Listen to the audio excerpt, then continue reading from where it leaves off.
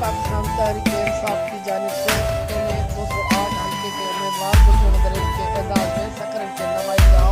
ओस्मान खान जमाली में कामयाब तकरीब मुनक्किद की गई, जहाँ पर गुलम मदरन ने खिताब करते हुए कहा कि मौजूदा सियासी माहौल और अवाम इमरान खान से मोहब्बत को देख कर हकीकत में पीटीआई इखलाकी तौर पर कामयाबी हासिल कर चुकी है। उन्होंने मजीद कहा कि इमरान खान और शाह महमूद कुरैशी को इलेक्शन के चंद दिन पहले सजा देना इस बात को साबित कर दिया है कि इस मुल्क का